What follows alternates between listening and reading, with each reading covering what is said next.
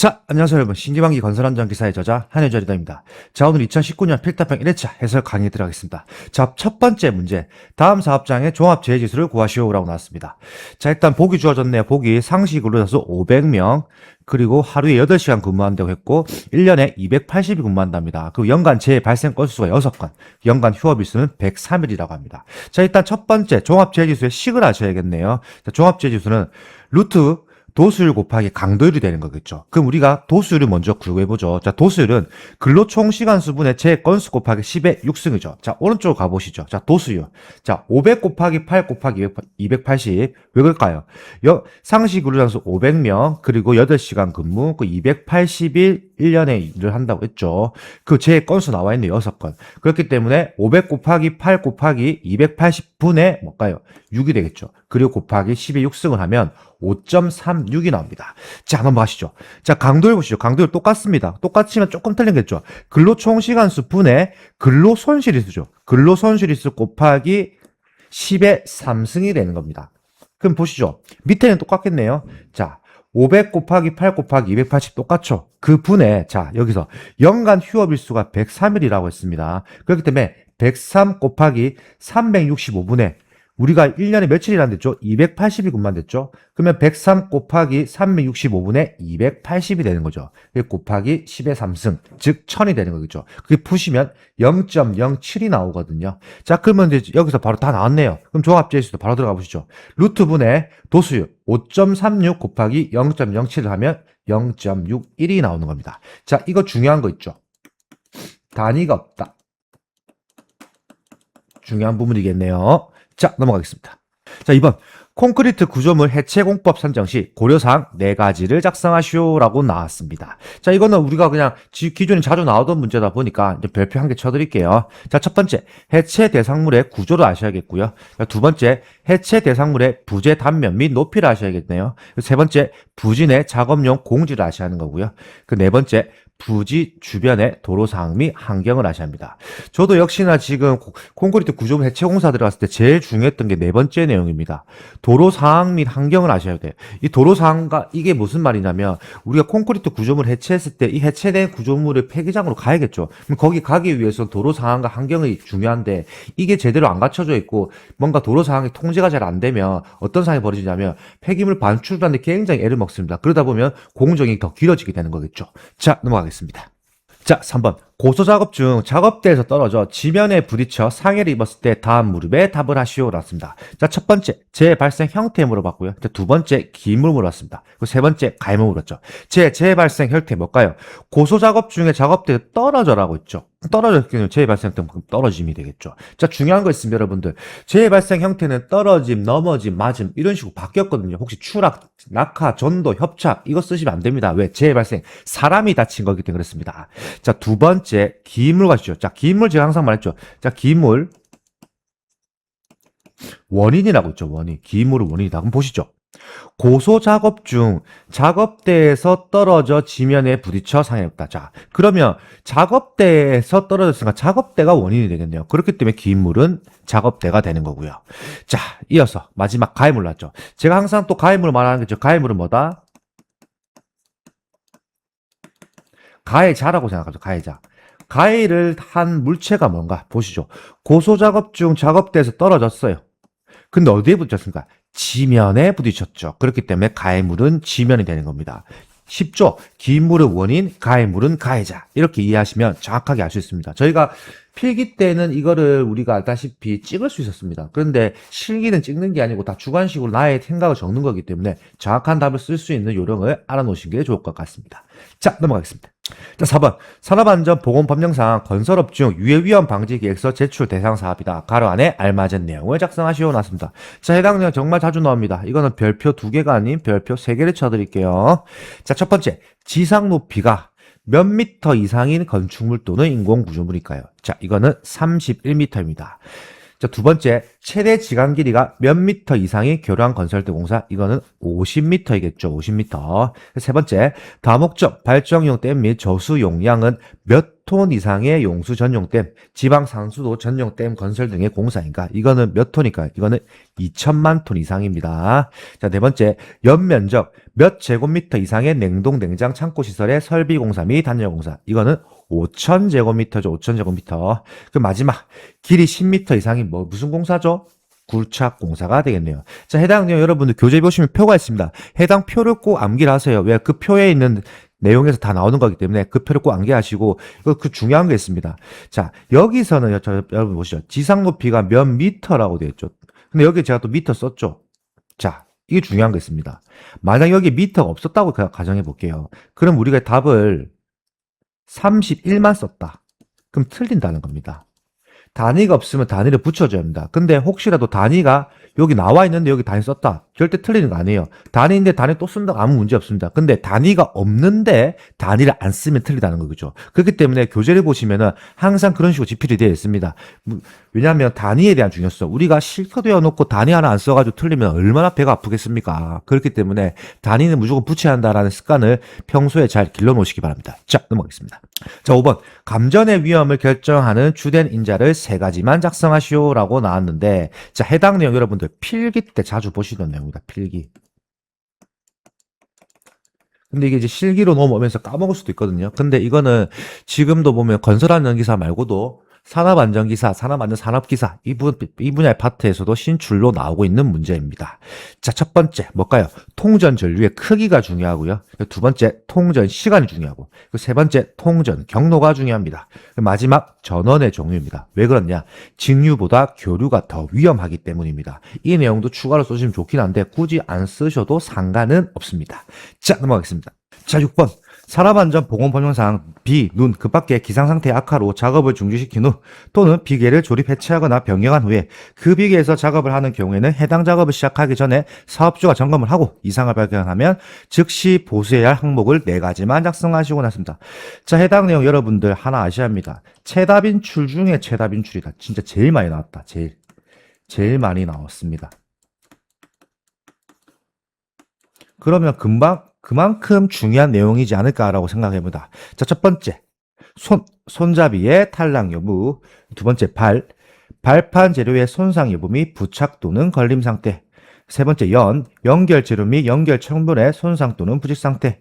네 번째, 기둥이 치마, 변형, 변이 또는 흔들림의 상태. 그건 해당 비계의 연결부 또는 접속부의 풀림 상태. 이렇게 해서 보통 손발 연기해라고 5가지 외우시는데, 자, 중요한 건 이거는 또 제외하고 작성하시오라고 나올 수 있거든요. 그렇기 때문에 저는 항상 6가지를 말씀드린다. 자, 6번째, 로프의 부착 상태 및 매단 장치의 흔들림 상태. 그때 암기법 손발 연기해로입니다. 손발 연기해로입니다. 여러분 중요한 겁니다. 이 내용 제가 아까 소대에 말씀드렸다시피 제일 많이 나옵니다. 최다빈출 중에 최다빈출이다라고 생각하시면 되겠고, 해당 내용을 여러분도 꼭 암기해 놓으셔야 합니다. 자, 넘어가겠습니다. 자, 7번. 해체공법의 종류 5가지만 작성하시오라고 나왔습니다. 자, 해체공법 하면 저는 무조건 맨 처음에 떠오르는 단어가 있습니다. 해체하면 바로 떠오르는 기계기구가 뭘까요?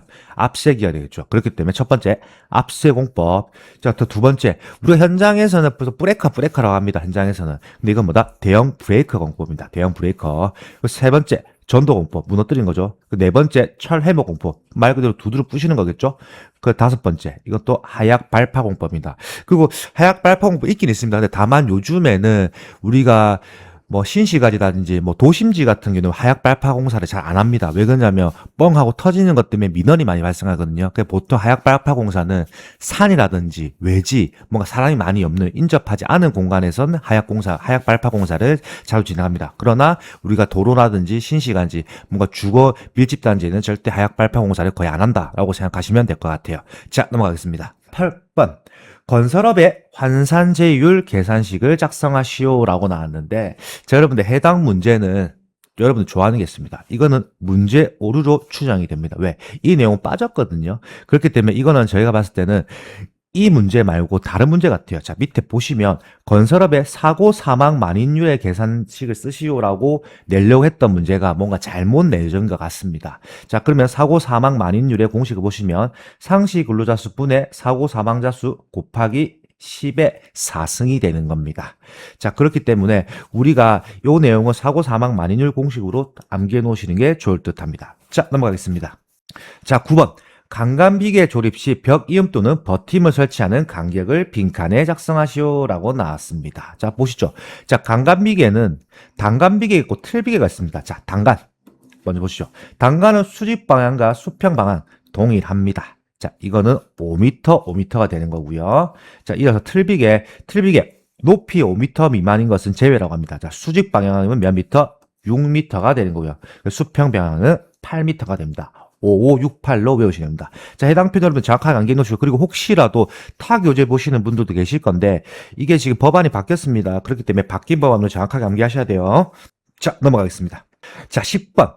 직계식 조직의 장단점을 작성하시오. 자, 직계식, 라인형이죠, 라인형. 라인형의 장단점을 작성하시오라고 나왔습니다. 자, 첫 번째, 장점. 명령 계통이 간단하고 명료합니다. 자, 두 번째, 안전에 대한 지식 및 전달이 신속 정확합니다. 장점이겠죠. 그런데 반대로 모든 거에는 장단점이 있습니다. 자, 단점. 안전에 대한 전문 지식 및 기술 축적이 미흡하다.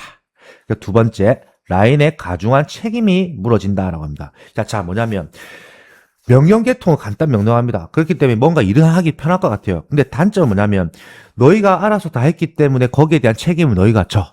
그렇기 때문에 이 조직이 장점도 있고 단점이 뚜렷한 조직이라고 보시면 되겠습니다. 자, 넘어가겠습니다. 자, 11번. 산업안전보건법령상 작업으로 인하여 물체가 떨어지거나 나랄 위험에 대비한 사업주의 조치사항 3가지를 작성하시오라고 했습니다. 자, 요즘에 이 문제 책은 굉장히 많이 나옵니다. 왜냐하면 떨어지거나 날아온 이런 데에서 사고가 많이 나가거든요. 그렇기 때문에 첫 번째, 낙하물 방지망을 설치를 해야 하고요. 자, 두 번째, 수직 보호망을 설치해야 하고요.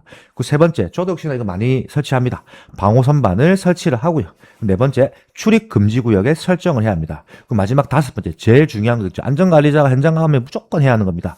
보호구의 착용에 대해서 계속 잘 착용하고 있는지 계속 확인 감시를 해야 합니다. 자, 넘어가겠습니다. 보일링 방지 대책 3가지를 작성하시오라고 나왔습니다. 자, 보통 3가지를 물어보긴 하는데 이게 예전에 5가지 나왔던 적도 있어요. 5가지. 자, 보시죠. 첫 번째, 지하 수위의 저하. 또 지하수 흐름 변경. 이제 흙입니다. 흙막이 벽을 깊게 석치. 그 네 번째, 차수벽을 설치를 해야 하고요. 그 다섯 번째, 집안 그라우팅을 실시해야 합니다. 그렇기 때문에 암기법은 지지흙차지라고 외웁니다. 지지흙차지. 3가지만 외우면 지지흙이라고 외우면 되는데, 지금 제가 얘기했죠. 예전에 5가지를 물은 경우가 있었기 때문에 여러분들이 꼭 5가지를 암기해 놓으시면 되겠습니다. 자, 넘어가겠습니다. 자, 13번. 산업안전보건법령상 사업주가 근로자에게 실시해야 하는 안전보건교육에 있어 근로자 정기교육 내용 5가지를 작성하시오라는데, 자, 여러분들 이건 저희 쇼츠랑 영상을 자주 보시는 분들 알 겁니다. 2025년 5월 30일부 개정이 되었죠. 그럼 개정된 내용들 보시죠. 자, 첫 번째, 산업안전보건법령이 산업재해 보상보험 제도에 관한 사항. 자, 두 번째, 산업안전 및 사고 예방에 관한 사항. 그러나 가로의 내용이 있습니다. 화재 폭발 시 대피에 관한 사항. 그리고 세 번째, 산업보건 및 직업병 예방에 관한 사항. 그리고 또 역시나 가로의 내용이 있습니다. 폭염 한파 작업함에 따라 발생하는 건강장애 예방 및 응급조치에 관한 사항. 그 네 번째, 직무 스트레스 예방 및 관리에 관한 사항. 또 직장 내 괴롭힘, 고객의 폭언 등으로 인한 건강장애 예방 및 관리에 관한 사항. 마지막은 위입니다. 위험성 평가에 관한 사항. 요즘 위험성 평가 굉장히 많이 대두가 되고 있죠. 위험성 평가 안 하면 현장 여러분들이 이제 합격하시고 안전관리자 갔을 때 위험성 평가 안 했다. 그러면 그 완전은 직무 퇴반입니다. 위험성 평가 안 하면 무조건 과태료 나오게 되어 있습니다. 자, 그래 암기법 알려드리죠. 암기법 산산산 직직위. 산산산 직직위라고 외우시면 되는데 중요한 거는 가로의 내용이 있다. 요 내용 잘 참고하시면 되겠습니다. 자, 넘어가겠습니다. 자, 14번. 산업안전보건법령상 다음 그림에 해당하는 안전보건표지의 이름을 작성하시오라고 나왔습니다. 자, 보시죠. 첫 번째. 사람이 가다가 뭔가 가지 말라는 거죠. 그럼 뭘까요? 보행금지가 되겠네요. 자, 두 번째. 뭔가 폭발하는 것 같습니다. 폭발하는 것 같아요. 자, 이거는 인화성 물질 경고. 자, 세 번째. 지금 요 자세히 보시면 요 지금 돌멩이가 지금 뭔가 떨어진다는 느낌 받지 않습니까? 그렇기 때문에 낙하물 경고. 자, 그리고 네 번째, 우리가 이거 자세히 이거 그냥 딱 보면 병원으로 보이거든요. 병원 아닙니다, 여러분들. 이건 뭐다? 녹십자 표지입니다. 녹십자 표지. 자, 여러분들 안전보건 표지 헷갈릴 수 있습니다. 근데 제가 항상 강조드리죠. 신기방기 네이버 카페 가면 안전보건 표지 깜지노트 버전이 무료로 배포하고 있습니다. 타 교재 보시는 분도 상관없습니다. 네이버 카페 가입을 하셔가지고 네이버 카페에서 가입만 하시면은 무료로 다운로드 받을 수 있습니다. 보시고 다운로드 받으시기 바랍니다. 자, 이것으로 오늘 2019년 필답형 1회차 해설 강의가 종료가 되었습니다. 저는 신기방위 건설안전기사의 저자 한현우자 리더였습니다. 감사합니다. 자, 안녕하세요 여러분. 신기방위 건설안전기사의 저자 한효자 리더입니다. 자, 오늘 2019년 필답형 2회차 해설 강의에 들어가겠습니다. 자, 첫 번째 문제. 산업안전보건법령상 다음 그림에 해당하는 안전보건표지의 내용을 작성하시오 나왔습니다. 자, 해당 내용 자 보시죠. 자, 첫 번째. 손바닥 모양 나왔네요. 자, 손바닥 모양 뭔가 쓰지 말라는 것 같지 않습니까? 그럼 첫 번째 사용 금지. 자, 두 번째 역시나 불이 좀 날 것처럼 되어 있죠. 이건 뭘까요? 이거는 인화성 물질 경고. 자, 세 번째 역시나 좀 비슷하죠. 아까 인화성은 좀 비슷합니다. 근데 이거는 다른 겁니다. 이거는 산화성 물질 경고입니다. 자, 그리고 네 번째 전기. 전 이거 보면 항상 생각나는 게 있습니다. 뭘까요? 피카츄. 좀 아재 같죠? 그렇기 때문에 이거는 고압 전기 경고입니다. 자, 이거는 여러분들 안전보건 표지는 신기방위 네이버 카페에 가시면은 안전보건 표지 깜지 노트를 다운로드 받을 수 있습니다. 타 교재 보시는 분들 상관없습니다. 다운로드 받으셔가지고 그 내용을 딱 3번만 써보면 다 암기하실 수 있습니다. 자, 넘어가겠습니다. 자, 두 번째, 산업안전보건법령상 이동식 크레인을 사용한 작업을 하는 때에 작업 시작 전 사업주가 관리감독자로 하여금 점검하도록 해야 할 사항 3가지만 작성하시오. 이건 이동식 크레인 작업 시작 전 점검 사항을 물어봤네요. 자, 첫 번째, 건과방지장치, 그 밖의 경보장치의 기능, 브레이크 및 클러치 및 조종장치의 기능, 와이어로프가 통하고 있는 곳 및 작업 장소의 지방 상태. 그럴 때 암기법은 건부와라고 외우시면 됩니다. 건부와. 자, 넘어가겠습니다. 자, 3번. 산업안전보건법령상 사업주가 근로자의 위험을 방지하기 위하여 차량계 건설기계를 사용하여 작업을 할 때에는 작업계획을 작성하고 그 작업계획에 따라 작업을 실시하도록 해야 한다. 이 작업계획에 포함되어야 할 사항 3가지를 작성하시오라고 나왔습니다. 자, 해당 내용 여러분들 자주 나오죠. 이것도 역시나 별표 2개. 자, 첫 번째. 사용하는 차량계 건설기계 종류 및 성능 당연히 들어가야겠죠. 두 번째, 차량계 건설기계 운행 경로. 세 번째, 차량계 건설기계에 의한 작업의 방법. 역시나 이 내용 다 들어갑니다. 저도 역시나 현직에 있습니다. 이 내용 자주 작성하고 있습니다. 여러분들 현직 안전관리자로 가시면 작업계획서 내용, 이 내용 꼭 다 넣어서 작성을 하셔야 합니다. 자, 해당 내용의 법령 보시죠. 해당 내용 법령은 산업안전보건기준에 관한 규칙 별표 4, 사전조사 및 작업계획서 내용에 자세하게 나와 있습니다. 자, 넘어가겠습니다. 자, 4번. 산업안전보건법령상 안전무의 종류 AB종, AE종, ABE종의 사용 구분에 따른 용도를 작성하시오 나왔습니다. 자, 이거 여러분들 중요합니다. 종 되어 있죠. 이게 혹시 타 교재 보시면 형이라고 되어 있을 겁니다. 형 아닙니다. 종으로 꼭 암기하셔야 합니다. 첫 번째 AB종.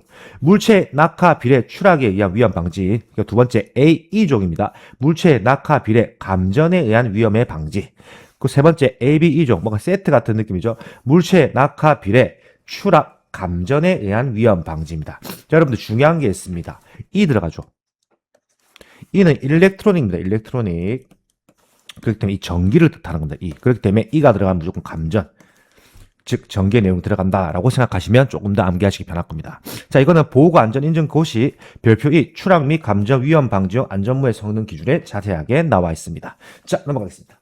자, 5번. 산업안전보건법령상 사업주가 구축물 또는 이와 유사한 시설물이 안전진작 등 안전성 평가를 하여 근로자에 미칠 위험성을 미리 제거해야 하는 경우를 3가지만 작성하시오라고 나왔습니다. 자, 해당 내용 여러분들 역시나 별표 1개 드리겠습니다. 이것도 좀 자주 나온 내용입니다. 자, 첫 번째. 구축물 또는 이와 유사한 시설물의 인근에서 굴착, 항타 작업 등으로 치마, 균열 등이 발생하여 붕괴 위험이 예상될 경우 당연하죠. 그렇기 때문에 근로자에 미칠 위험성을 미리 제거하는 거겠죠. 두 번째, 구축물 또는 이와 유사한 시설물이 지진, 동해, 부동치마, 즉 불똥치마라고 합니다. 부동치마 등으로 균열, 비틀림 등이 발생할 경우라고 합니다. 발생할 경우. 그러니까 말 그대로 지금 근로자에 미칠 위험성을 미리 제거하는 거기 때문에 이런 거 뭐가 발생할 경우에는 바로 제거를 해야겠죠. 자, 세 번째, 구조물, 건축물, 그 밖의 시설물이 그 자체의 무게, 적설, 풍압 또는 그 밖에 부가되는 하중 등으로 붕괴 등의 위험이 있을 경우입니다. 그렇기 때문에 근로자에 미칠 위험성을 미리 제거하는 거겠죠. 자, 네 번째, 화재 등으로 구축물 또는 이와 유사한 시설물의 내력이 심하게 저하될 경우. 마지막 다섯 번째, 오랜 기간 사용하지 아니하던 구축물 또는 이와 유사한 시설물을 재사용하게 되어 안정성을 검토하게 되는 경우. 이게 왜 그러냐면 오랜 기간 사용하지 않으면 뭔가 건물이 즉 관리가 안 되었기 때문에 이게 뭔가 문제가 될 수 있거든요. 그렇기 때문에 안전성 검토를 하는 경우에는 근로자의 미칠 위험성을 미리 제거한다라고 생각하시면 되겠습니다. 자, 이렇게 총 5가지 중에 3가지를 암기하시면 되겠습니다. 저 같으면 1, 2, 3번은 먼저 암기하시고 나머지 4, 5번은 암기할 것 같아요. 자, 넘어가겠습니다. 자, 6번. 산업안전보건법령상 고용노동부 장관이 명예산업안전감독관은 해촉, 즉 자를 수 있는 거죠. 해촉할 수 있는 경우 2가지만 작성하시고 났습니다. 자, 첫 번째. 근로자 대표가 사업주 의견에 들어 위촉된 명예산업안전감독관의 해촉을 요청한 경우 봤습니다. 근로자 대표가 사업자의 의견, 그러니까 사업주가 이 사람은 좀 문제가 있다라고 요청하는 경우겠죠. 자, 두 번째. 위촉된 명예산업안전감독관이 해당 단체 또는 그 산하 조직으로부터 퇴직하거나 해임한 경우, 결국에는 그만뒀을 때 경우겠죠. 세 번째. 명예산업안전감독관의 업무와 관련하여 부정한 행위를 한 경우, 즉 부정한 건 뭐겠습니까? 즉 뒷돈 받은 거겠죠. 제일 중요한 게 뒷돈을 받은 경우에는 바로 자를 수 있다라고 생각하시면 되고요. 네 번째, 질병이나 부상 등의 사유로 명예산업안전감독관의 업무 수행이 곤란하게 된 경우, 이렇게 해서 자를 수 있는 경우는 이렇게 4가지 중에 2가지를 외우시면 되겠습니다. 자, 넘어가겠습니다. 자, 7번. 굴착공사 표준안전작업 지침상 토사 붕괴의 발생을 예방하기 위한 조치사항을 3가지만 작성하시오라고 나왔습니다. 자, 보죠. 첫 번째, 적절한 경사면의 기울기를 계획할 것. 자, 두 번째, 경사면의 기울기가 당초 계획과 차이가 발생이 된다면 즉시 재검토하여 계획을 변경을 할 것. 세 번째, 활동할 가능성이 있는 토석을 제거할 것. 맞습니다. 토석을 제거하지 않으면 붕괴가 발생할 수 있겠죠. 자, 네 번째, 경사면의 하단부의 압성토 등 보강공법으로 활동에 대한 저항 대책을 강구를 해야 하고요. 네 번째, 말뚝, 즉 말뚝을 타입을 하여 지방을 강화해야 된다. 왜? 토사 붕괴 발생을 예방하기 위한 조치사항이 때 그랬습니다. 자, 그 말뚝에 제일 중요한 거는 강간, H연간, 철근, 콘크리트 등이 있습니다. 자, 넘어가겠습니다. 자, 8번. 산업안전보건법령상 사업주는 중대재해가 발생한 사실을 알게 된 경우에는 관할 지방노동관서의 장에게 전화, 팩스 또는 그 밖의 적절한 방법으로 보고해야 한다. 다만 천재지변 등 부득이한 사유가 발생한 경우에는 그 사유가 소멸된 때부터 지체 없이 보고해야 한다. 이때 보고 내용 2가지를 작성하시겠습니다. 해당 내용 역시나 자주 나오죠. 별표 2개 쳐드리겠습니다. 첫 번째, 발생 개요 및 피해사항. 두 번째, 조치 및 정망입니다. 이것도 반대로 4가지 물어보는 경우겠죠. 4가지 물어볼 때는 발생 개요 하나, 피해사항 2번, 그 조치사항 3개, 전망 4개 이렇게 쓰시면 됩니다. 자, 넘어가겠습니다. 자, 9번. 토공사의 비탈면 보호 방법의 종류 4가지를 작성하시오라고 했습니다. 자, 해당 내용 자주 나오죠. 별표 2개. 그리고 여러분 이 내용은 작업형도 나옵니다. 작업형도 출제된 경우가 있습니다. 자, 첫 번째, 식생공법이 들어가고요. 두 번째, 블록공법. 그 세 번째, 뿜어붙이기 공법. 그 네 번째, 콘크리트 격자공법. 그 5번째, 돌쌓기 공법입니다. 일단 뿜어붙이기가 이게 다른 말로 하면 쇼크리트입니다. 쇼크리트.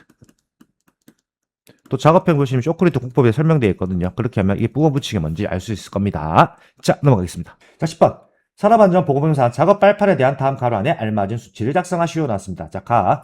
비계 높이가 2m 이상의 작업 장소에 설치하는 작업 발판의 폭은 몇 cm 이상으로 하고, 자, 이 몇 cm가 이거는 40cm입니다. 40cm. 하고 발판 재료 간의 틈은 몇 cm 이하로 할 것. 자, 이거는 3cm 이하로 할 것. 자, 이어서 작업 발판의 재료는 뒤집히거나 떨어지지 않도록 몇 개 이상의 지지물에 연결하거나 고정시킬 것. 자, 이거는 2 이상의 지지물이라고 하는데 이거를 2이라고 쓰셔도 되고 2라고 쓰셔도 상관없습니다. 이거는 산업안전보건규칙 제62조 보시면 나와 있는 내용입니다. 자, 여기서 작업 발판의 폭은 왜 40cm라고 해요? 자, 우리 대한민국 사람들이 발이 폭이 보통 35cm 정도 됩니다. 평균이. 그렇기 때문에 40cm, 그거보다 더 커야 작업 발판의 폭은 그렇기 때문에 더 크게 하기 때문에 40cm 이상으로 한다. 이렇게 생각하시면 됩니다. 자, 넘어가겠습니다.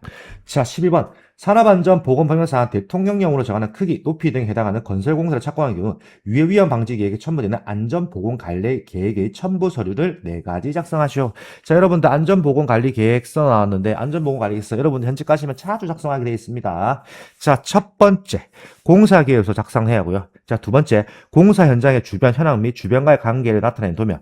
그리고 매설물 현황 포함합니다. 매설물은 우리 지하 밑에 예를 들어서 뭐 도시가스가 있을 수도 있고, 그리고 전기 포설이 있을 수도 있습니다. 그렇기 때문에 그 매설물 현황을 어떻게 되는지 확인해야 하는 거고요. 자, 세 번째, 전체 공정표. 자, 전체 공정. 이 공사가 총 몇 년 걸릴지, 그리고 계획 때마다 이제 뭐 몇 월부터 몇 월까지 어떤 공사를 하고, 몇 월부터 몇 월까지 어떤 공사를 하고, 이런 식으로 해서 전체 공정표가 나옵니다. 그 네 번째, 산업안전보건관리비 사용계획서. 중요한 거겠죠. 왜? 우리가 안전보건관리비를 어떻게 사용할 건지에 대한 사용 계획이 있어야겠죠. 그 다섯 번째, 안전관리 조직표였습니다. 안전관리 조직표. 우리가 안전관리자는 지도 보호는 한댔죠. 우리가 안전관리자는 보좌를 하고 있죠. 보좌. 그래서 지도를 하고 있고, 우리가 밑에서 받쳐주는 역할이죠. 그러면 안전보건차원 총괄 책임자가 현장 소장이 되는 거고, 안전관리자가 그 밑에 있고, 그 옆에 뭐 공사부장이 있을 거고, 그리고 공부가 있을 거고, 그리고 나머지 또 품질관리자가 있을 겁니다. 이렇게 해서 안전관리 조직표, 안전관리를 어떻게 이행을 할 거냐는 조직표를 당연히 작성하셔야 하는 거고요. 자, 여섯 번째, 재해 발생 위험 시 연락 및 대피 공약. 역시나 마찬가지입니다. 재해가 발생했을 때 119에 연락을 하고, 그리고 관할 지방노동간서회장에게 연락하고 해야 하는데, 이거에 대한 연락 방법과 연락처가 있어야겠죠. 그렇기 때문에 그거를 꼭 게시를 해야 한다라고 생각하시면 되겠습니다. 자, 넘어가겠습니다. 자, 12번 산업안전보건법령상 와이로프의 안전계수에 대해서 설명하시오. 나왔습니다. 자, 해당 내용 여러분 바로 쓰시면 됩니다. 와이로프 등의 절단 하중 값을 그 와이로프 등에 걸리는 하중의 최대 값으로 나눈 값이다. 이렇게 딱 작성하시면 됩니다. 다른 말 필요 없습니다. 자, 넘어가겠습니다. 자, 13번 건설업 산업안전보건관리비 계산 사용기준상 안전보건관리비 사용 가능한 것을 모두 고르시오라고 나왔는데, 자, 보시면 1, 2, 3, 4, 5 있죠. 자, 여러분들이 좋아하는 게 나왔습니다. 자, 답 보시죠. 법령 변경에 의해서 해당 문제는 삭제가 되었습니다. 넘어가시면 됩니다. 자, 넘어가겠습니다. 자, 14번 산업안전보건법령상 양중기의 종류를 2가지 작성하시오라고 나왔습니다. 자, 해당 내용 여러분들 별표 2개입니다. 요즘에 좀 되게 자주 나옵니다. 자, 첫 번째 크레인, 또 가로에네요. 호이스트를 포함한다. 두 번째 이동식 크레인, 그리고 세 번째 리프트. 이삿짐 운반용 리프트의 경우에는 적재 하중이 0.1톤 이상인 것을 한정한다.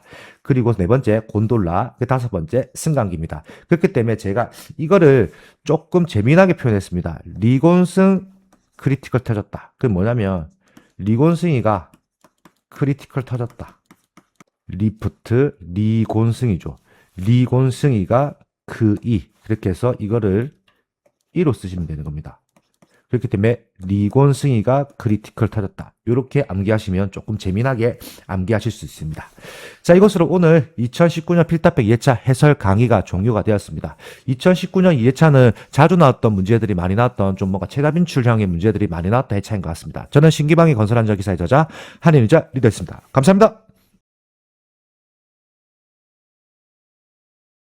자, 안녕하세요 여러분. 신기방위 건설안전기사의 저자 한혜자 리더입니다. 저는 2019년 필답병 4회차 해설 강의 들어가겠습니다. 자, 첫 번째 문제.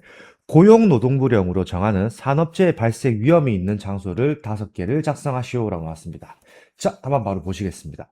자, 해당 법령은 규정 변경으로 문제가 삭제가 되었습니다. 자, 바로 넘어가겠습니다. 자, 2번.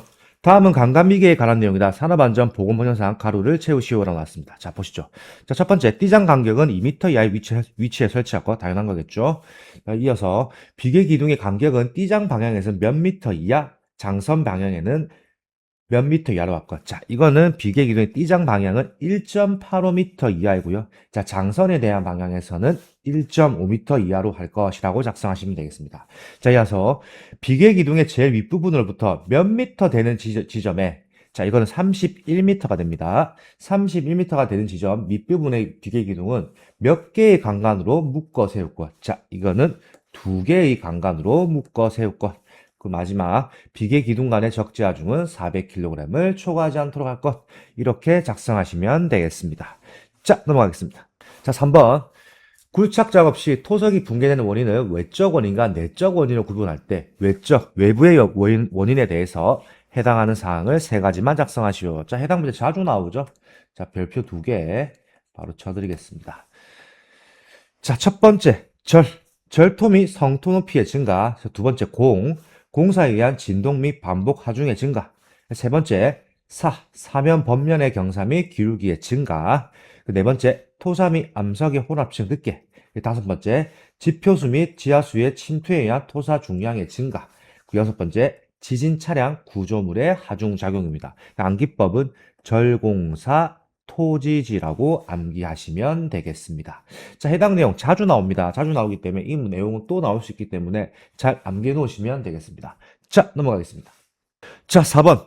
무제운동 추진 3기둥을 작성하시오 라고 나왔습니다. 자, 해당 내용 무제운동 자주 나오네요. 이것도 역시나 별표 2개. 자, 첫 번째, 최고 경영자의 경영의 자세. 두 번째, 관리감독자에 의한 안전보건 추진. 세 번째, 직장의 자주 안전활동의 활성화. 이렇게 세 가지를 작성하시면 되겠습니다. 자, 바로 넘어가겠습니다. 자, 5번. 철골공사 표준안전작업 지침상 구조안전의 위험이 큰 철골 구조물 건립 중 강풍에 의한 풍압 등 외압에 대한 내력이 설계되어 고려되어 있는지 확인하여 구조물 5가지를 작성하시오 나왔습니다. 자, 해당 내용 여러분들 이거는 별표 3개입니다. 정말 자주 나오는 내용입니다. 자, 첫 번째, 높이 20m 이상의 구조물. 두 번째, 구조물의 폭과 높이의 비가 1대4 이상인 구조물. 세 번째, 단면 구조에 현저한 차이가 있는 구조물. 네 번째, 연면적장 철골량이 50kg 평방미터 이하인 구조물. 다섯 번째, 기둥이 타입 플레이트형인 구조물. 마지막 여섯 번째, 이음부가 현장 용접인 구조물입니다. 자, 해당 내용 여러분들 자주 나옵니다. 자주 나오기 때문에 해당 내용은 잘 정리해 놓으시면 되겠습니다. 자, 넘어가겠습니다. 자, 6번. 계산 문제가 나왔네요. 자, 해당 사업장의 빈도율, 즉 도수율, 강도율, 연천일률을 구하시오라고 나왔습니다. 자, 보기 보시죠. 연 근무일수 270일, 자, 근무자 수 500명, 그리고 하루의 근무에 대한 시간은 9시간, 그 총 요양 근로손실일수는 600일, 그 요양 재해자 수는 15명, 그 재해 건수는 12건이랍니다. 자, 일단 먼저 우리가 도수를 보죠. 도수율은 근로 총 시간수분의 재해 건수 곱하기 10의 6승이 되는 거겠죠. 그럼 바로 풀어보시죠. 우리가 500명이죠. 그러니까 500 곱하기 9시간 근무 곱하기 9, 그 연 근무일수 270일 하고 우리가 도수율은 재해 건수가 들어가죠. 되었죠. 재해 건수 12.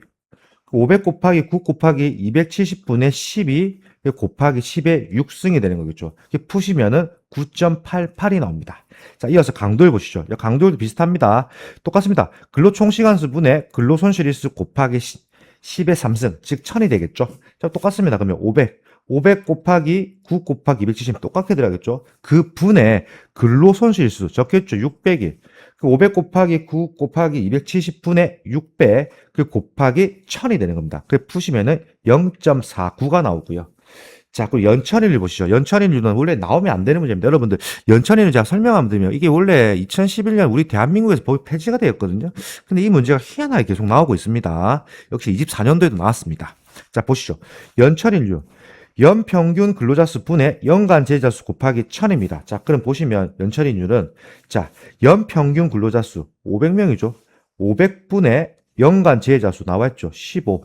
그렇기 때문에 500분의 15 곱하기 1000이 됩니다. 즉 10의 3승.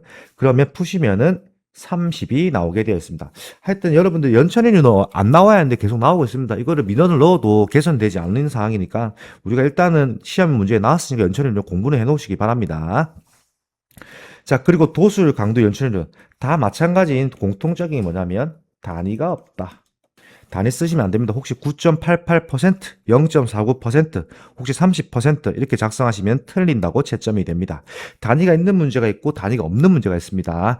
그 부분의 차이를 정확하게 구별해 놓으시기 바랍니다. 자, 넘어가겠습니다. 자, 7번. 산업안전보건법령상 달비계 또는 높이 5m 이상의 비계를 조립 해체하거나 변경 작업을 할 때에 사업주로서 준수해야 할 사항 4가지만 작성하시오 라왔습니다. 역시나 해당 내용도 자주 나오네요. 별표 1개. 자, 첫 번째. 관리감독자의 지휘하에 작업하도록 것. 당연한 거겠죠. 관리감독자가 없이 지휘하면은 사고가 났을 때 대처할 사람이 없겠죠. 자, 두 번째.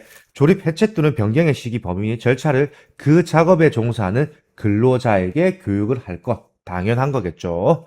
세 번째, 조립 해체 또는 변경 작업 구역 내에서는 해당 작업에 종사하는 근로자가 아닌 사람의 출입을 금지시키고 그 내용을 보기 쉬운 장소에 게시할 것. 자, 이 말은 뭐냐면 해당 작업이 굉장히 위험합니다. 조립 해체할 때 위험하거든요. 근데 거기에 종사하는 근로자가 아닌 사람이 출입을 한다면 혹시 사고가 났을 때 대처하기 힘들겠죠. 그렇기 때문에 해당 근로자가 아닌 사람들 출입을 금지시키고 그 내용을 보기 쉬운 장소에 게시할 것. 그러니까 그 내용은 뭐냐면 여기는 출입 금지 구역이라는 그냥 안전 표지판, 즉 A형 안전 간판을 설치하라는 그 내용인 것 같습니다. 자, 네 번째, 비, 눈 그 밖에 기상 상태 불안정으로 인하여 날씨가 몹시 나쁠 때는 그 작업을 중지시켜 당연하겠습니다.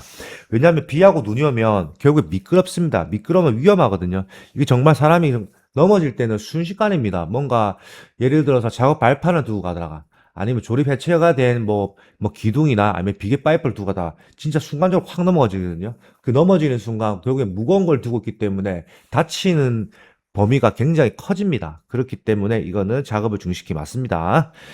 이어서 다섯 번째, 비계 재료의 연결, 해체 작업을 할 때는 폭 20cm 이상의 발판을 설치하고 근로자로 하여금 안전대를 사용하는 등 근로자의 추락 방지를 위한 조치를 할 것. 당연합니다. 근로자를 위한 안전대를 착용하게 하는 것은 결국에는 사람이 보통 비계 쪽에 이제 작업을 할 때는 추락에 대한 사고 위험이 제일 많겠죠. 이게 결국엔 떨어짐 사고인데 떨어짐 사고를 방지하기 위해서는 일단 제일 첫 번째 선행돼야 하는 게 안전대를 사용하는 게 가장 선행돼야 할 조치 사항입니다. 그렇기 때문에 여기 보면 안전대를 사용하도록 하는 등이라고 되어 있죠. 안전대 말고도 현장 상황과 여건에 맞춰 가지고 근로자의 추락을 방지하기 위한 조치를 해라 그 말입니다. 여섯 번째, 재료 기구 또는 공구 등을 올리거나 내릴 때는 근로자를 하여금 달줄 또는 달포대 등을 사용하도록 할 것. 자, 이게 무슨 말이냐면 보통 재료 기계구를 올리고 내릴 때 이게 뭔가 좀 높이가 별로 안 높다고 하면 그냥 소위 공구를 던지는 경우도 간혹 있습니다. 그런 던지다 보면은 그거를 받다가 괜히 다른 2차 사고가 날 수 있기 때문에 그렇기 때문에 근로자를 하여금 해서 달줄 또는 달포대 등을 좀 귀찮겠지만 그걸 사용하도록 안전관리자가 계속 지휘를 하게 되어 있는 겁니다. 자, 넘어가겠습니다. 자, 8번. 산업안전보건법령상 고용노동부 장관이 산업재해 예방 활동에 대한 참여와 지원을 촉진하기 위하여 명예산업안전감독관에 위촉할 수 있는 대상 사업장 종류를 세 가지 작성하시오라고 나왔습니다. 위촉, 즉 선임할 수 있는 거겠죠. 자, 첫 번째, 산업안전보건위원회 또는 노사협의체 설치 대상 사업장의 근로자 중에서 근로자 대표가 사업주의 의견을 들어 추천하는 사람, 근로자 대표가 따로 있고 명예산업안전감독관이 따로 있습니다. 근로자 대표가 사업주의 의견을 들어 추천하는 사람은 즉 선임을 할 수 있다라는 거고요. 자, 두 번째, 노동조합 또는 그 지역 대표기구에 소속된 임직원 중에서 연합단체인 노동조합 또는 그 지역 대표기구가 추천하는 사람, 그게 노조가 추천하는 사람이라고 생각하시면 되겠습니다. 자, 세 번째, 전국 규모의 사업주 단체 또는 그 산하 조직에 소속된 임직원 중에서 해당 단체 또는 그 산하 조직이 추천하는 사람, 여기 전국 규모의 사업주 단체에서 추천한 사람을 추천할 수 있다라는 말이고요. 마지막 네 번째, 산업재해 예방 관련 업무를 하는 단체 또는 그 산하 조직에 소속된 임직원 중에서 해당 단체 또는 그 산하 조직이 추천하는 사람, 산업재해 예방 관련 업무를 하는 단체 뭐 있을까요? 안전보건협회도 있을 거고요. 그게 뭔가 이제 안전사항에 대해서, 안전과 보건에 대해서 뭔가 계속 업무를 하고 있는 그런 업무를 하는 협회 및 단체에서 거기서 소속된 임직원 중에서 추천하는 사람은 역시나 가능하다라는 이런 말입니다. 자, 넘어가겠습니다. 자, 9번. 산업안전보건법령상 전기, 기계기구 또는 전로등의 충전 부분에 접촉 시 감전 방지 대책 5가지를 작성하시오라고 나왔는데요. 자, 해당 내용 작업평 나옵니다.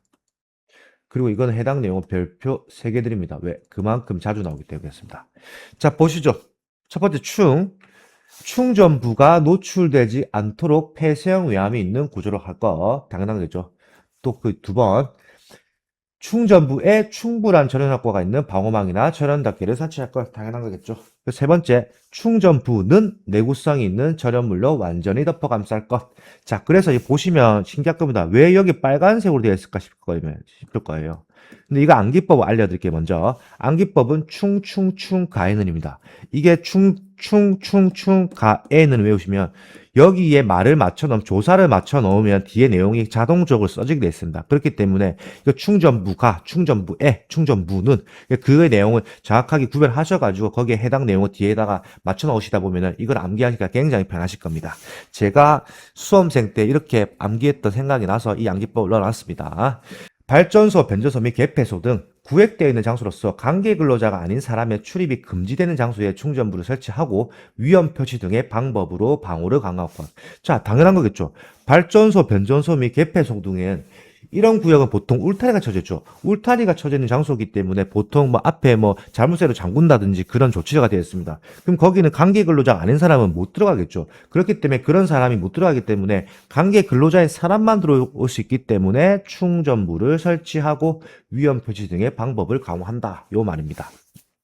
자, 마지막 5번째. 전주의 철탑이 등 격리되어 있는 장소로서 관계 근로자가 아닌 사람이 접근할 우려가 없는 장소에 충전부를 설치할 것. 자, 여러분들 당연한 겁니다. 전주위랑 철탑위를 자주 올라갑니까? 이건 일반인은 올라갈 엄두가 안 나죠. 이거는 결국에 이쪽 해당 종사 근무자 아니고서는 전주위 올라갈 일 없고 철탑이 올라갈 일 없습니다. 여러분 옛날에 극한직업 보시면 철탑 위에서 작업하시는 분들 영상이 있습니다. 유튜브 보시면 진짜 보면 끔찍합니다. 저는 그 올라가면은 뭐 올라가지도 솔직히 못하겠어요. 너무 무서운 현장이라서. 그렇기 때문에 거기는 관계 근로자 아는 사람이 절대 출입할 수 없기 때문에 출입할 수 없고 접근도 할 수 없기 때문에 충전부를 설치한다. 이렇게 생각하시면 되겠습니다. 자, 해당 내용 작업평 출제됩니다. 이 내용 중요한 내용이니까 잘 정리해 두시기 바랍니다. 자, 넘어가겠습니다. 자, 10번. 산업안전보건법령상 자율안전 확인 대상 기계기구 3가지를 작성하시오라고 나왔습니다. 자, 이거는 제가 아주 재미난 암기법을 설명해 드리죠. 일단 먼저 우선 암기법 알려드리겠습니다. 암기법. 자연산 팝콘 공식 혼인신고입니다. 그럼 여기 맞춰서 해보죠. 자, 자동차 정비용 리프트, 연삭기 및 연마기, 산업용 로봇, 파쇄기 혹은 분쇄기, 컨베이어, 공작기계, 식품 가공용 기계, 혼합기, 인쇄기, 고정용 목재용 기구. 자, 보시면은 자연산, 팝콘, 공식, 신에 대해서는 신은 말을 맞춰놓다고 넣은 거고요. 그냥 혼인고라고 외우셔도 됩니다. 자, 근데 여기서 여러분들 중요한 내용이 있습니다. 우리가 25년도에 출제된 문제들 보면 예전에는 이렇게 보시면 지금 가로의 내용이 없습니다. 자, 가로의 내용 색깔 한번 바꿔볼게요. 자, 보시면 해당 가로의 내용이 출제된 적이 없었는데 25년부터 해당 가로의 내용이 출제가 되었습니다. 그렇기 때문에 여러분들 중요한 거는 공작기계, 식품용 가공기계, 고정용 목재용 가공용 기계는 해당 가로의 내용을 암기하셔야 합니다. 해당 가로의 내용에 의해서 나왔던 문제가 한 문제 발생하였습니다. 그렇기 때문에 이 내용을 제가 예전에 집필할 때 안 넣었었는데 25년도 교재에는 이 내용이 없습니다. 근데 26년도 교재부터는 가로의 내용을 넣어서 집필을 하였으니 해당 가로의 내용 꼭 다 암기하시기 바랍니다. 자, 넘어가겠습니다. 자, 11번. 다음 중 맞는 것을 모두 고르시오라고 나왔습니다. 모두 고르시오. 자, 여러분들 모두 고르시오라고 나오면 부분 점수가 없습니다. 잘 맞춰야겠죠. 자, 첫 번째. 전반 전단 파괴. 흙 전체가 모두 전단 파괴되는 것을 말한다. 이건 맞네요. 자, 두 번째. 국부 전단 파괴. 주로 굳은 사질토, 점토 집안에서 발생한다. 이거 틀렸네요. 주로 굳은이 아니고 주로 느슨한이 되겠죠. 그럼 2번은 틀린 거고요. 세 번째, 펀칭 전단 파괴. 기초의 폭에 비해서 근육 깊이가 작을 때 발생한다라고 하는데 이것도 틀렸네요. 작을 때가 아니고 클 때가 되겠죠. 네 번째, 전반 전단 파괴. 주로 느슨한 사질토, 점토 집안에서 발생한다. 이것도 역시나 틀렸네요. 주로 굳은이 되겠죠. 그렇기 때문에 답은 1번만 되는 거고요. 아마 이 문제 2019년 푸신 분들이 이런 사항이 있을 거예요. 모두 고르시오 하면 최소 2개라는 느낌이 받거든요. 그래서 뭐 1, 2, 1, 3, 1, 4 이런 답안이 아마 많았을 거로 생각합니다. 근데 실질적으로는 답은 하나 있습니다. 자, 밑에 설명을 다시 보시면 첫 번째, 전반 전단 파괴는 흙 전체가 모두 전단 파괴되는 것을 말한다라고 되는 거고요. 이건 맞는 말이고요. 자, 두 번째, 국부 전단 파괴. 아까 말씀드렸죠. 주로 느슨한입니다.